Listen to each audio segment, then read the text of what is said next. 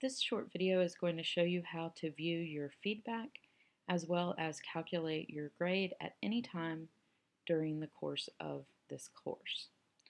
So there are a few different ways to view feedback in D2L, but I'm just going to show you the two ways that I think are the most convenient. And the first way you can read your Dropbox feedback is through using the Course Tools button and clicking on Dropbox. From here, this is going to pull up your Dropbox and it's going to show you your history. It's going to show you the assignment, then whether you've submitted it or not, and how many files you've submitted, what your score is, and then your inline feedback. So if you just come here and don't click any further, you're really only seeing a part of the picture, and we want to see the whole picture so we can improve our writing. So we're going to go ahead and click here on read. And typically I'll put like a short comment here, and then I will usually direct you to look at your inline feedback. So if you just read this little comment and then read the score, again, you're not seeing the big picture. You want to make sure that you come down here and click on view inline feedback. This is actually going to show you the comments that I'm making on your paper throughout the course of your feedback. So if you hover over these little notes, they're going to show you, I'm going to have specific individual notes for you. Sometimes I might highlight or strike something out. Just make sure that you're looking throughout the whole paper, because I don't just put them on the first page, I put them throughout your essay. And these are the kinds of comments that are going to help you actually be able to improve your work instead of the more general comments I might leave in the comments section. Okay, so make sure you're taking the time, especially on major assignments and short writing assignments, to look at that inline feedback. Now, if you are only viewing feedback in the Dropbox, you're not getting the full picture of your overall grade. You can actually look at your feedback and your grade through the Course Tools grade section. And this is the place I really recommend you going. So from Course Tools, click on Grades. And this is going to take you to a list of your grades. Now, this is a fake student, and these grades and comments are not, are fake comments. So make sure that you keep that in mind. I'm not ruining anyone's privacy.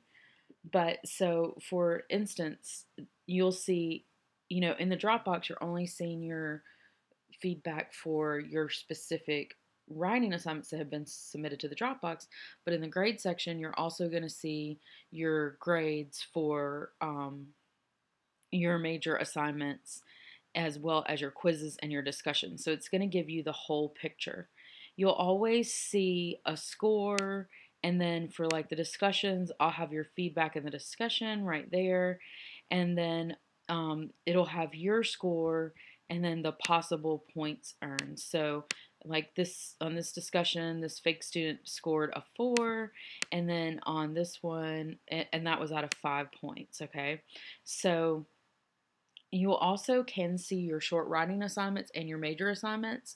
You can see what you scored, and then any typical little general comments or notes I might put to you. And then you can also click on your inline feedback from the gradebook and see that same inline feedback that you could see in the Dropbox.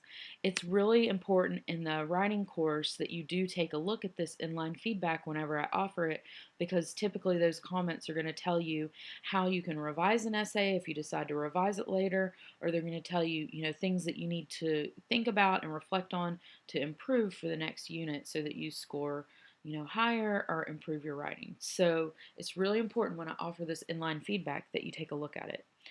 So say, okay, I got it. This is my score. This is the points possible. These are the comments. Easy peasy, right? But still, what I want to know is, it doesn't show me my overall grade, Professor Buzzard. How do I calculate it?